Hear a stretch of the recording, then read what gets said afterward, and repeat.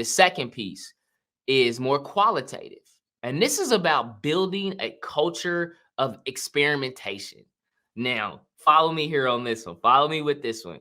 One of the things I love at Fresh FP&A is with my team, we're constantly experimenting with new ways of serving clients, new ways of providing value, new insights that we can provide.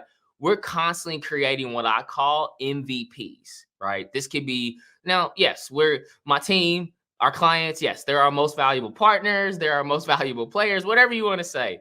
But in this aspect of MVPs, I'm looking at it from minimum viable projects, right?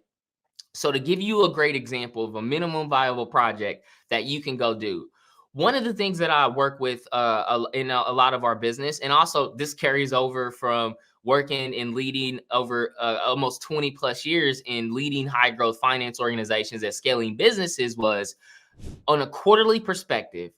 We do this with my team. I do this with my team now, and I've done this before, right? I would find maybe 1 to 2 operational projects inside the business, right? So maybe one of them that you work on is with the sales side of the organization. Since we serve a lot of growing businesses, our primary partners inside the business are going to be sales, it's going to be marketing, and it's going to be people operations. Those are literally, like, if you get finance, sales, marketing, people operations, and the CEO of a scaling business all marching in the right directions, let's scale, baby. It's scale time. But we would find these opportunities inside of those functional areas to partner and create a minimum viable project together. So say, for instance, in sales, right? Let's start with the salespeople.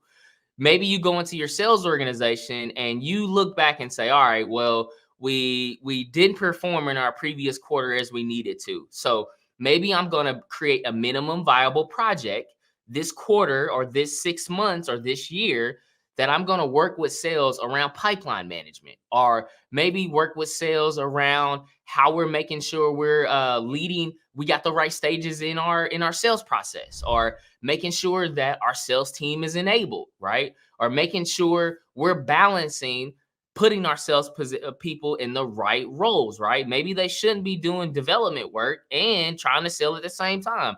Maybe we bring on a BDR, business development rep, or a sales development rep perspective, right?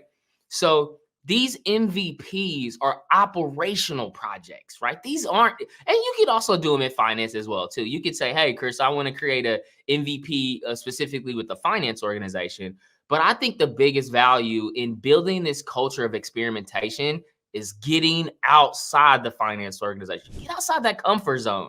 Go partner inside the business and find a minimum viable project that you can partner with sales, marketing, operations, legal, HR, client success, any functional area to drive an initiative to bring value, right? So that is one critical place that I think when you going through chaos and uncertainty, it's not just finance going through that, right? Like the business is going through that.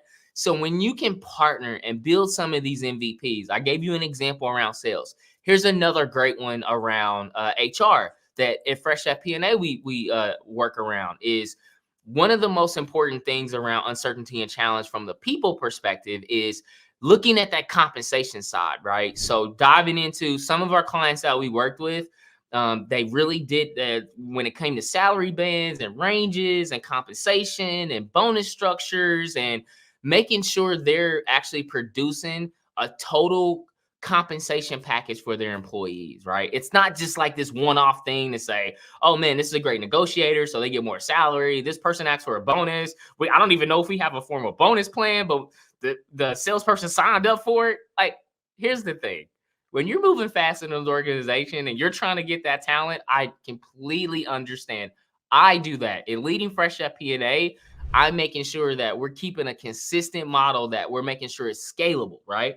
So partnering with HR, that could be a minimum viable project that you can work on with HR and say, hey, I know we've got a lot of variability around, maybe it's account executives and sales, right? We've got people at a lot of different salary ranges, like a lot of different ranges. Some of them have variables, some of them don't. Some of them are all salary. They're just all over the place. And think about that from a predictability perspective. When you've got all these different variables, right, makes it very hard to predict. Makes it very hard to predict expenses. Makes it very hard to predict in a growing business. The most important thing, cash, right? So that could be another minimum viable project. But overall, this second piece that I'm talking about is specifically around experimenting, like finding ways to test. The other thing that I think is a great framework as you're going through this experimentation is what I call the feedback loop. It's a very simple process that we implement at Fresh FP&A that really provides a lot to our internal team, but also a lot of value to our clients. And that is, you start with an idea, right? You start with an idea. Maybe that idea is, hey, I want to partner with HR to get better in maybe trimming down our recruiting process, right? Maybe you've identified a problem around, man, it is taking us like 90 days or 100 days to hire talented people. Like we can't scale that as we continue to grow. So maybe the first you identify that problem and now you have some ideas around it and say, okay, here's some ideas that I want to go implement, right? Then you implement those ideas in partnership with HR, or maybe it's a different function, right? You implement that.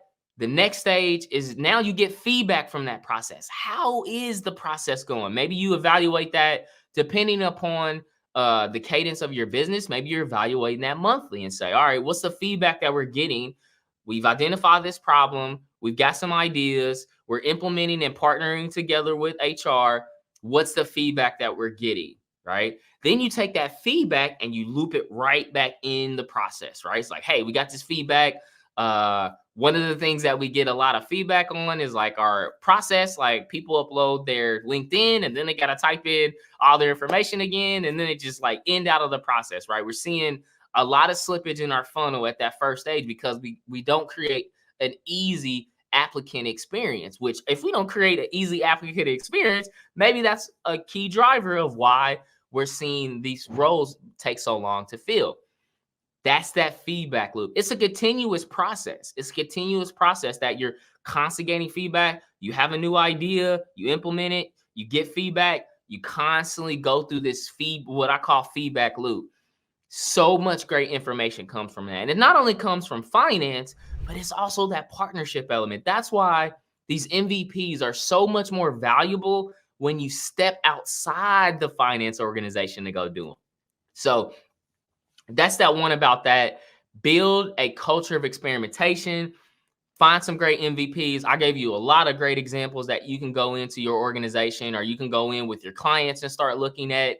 Part of Fresh FP&A, we're not just working directly with the CEOs, business owners, and founders, which are our primary stakeholders. We're absolutely working with the business. Like we're serving as that strategic CFO. And as CFOs inside of the organization, as fractional CFOs inside the organizations that we're helping support, partnership is the most important thing for us. So we're branching outside. We're partnering with sales, marketing, operations, various aspects of the business to really provide that value. So that's that second place, right?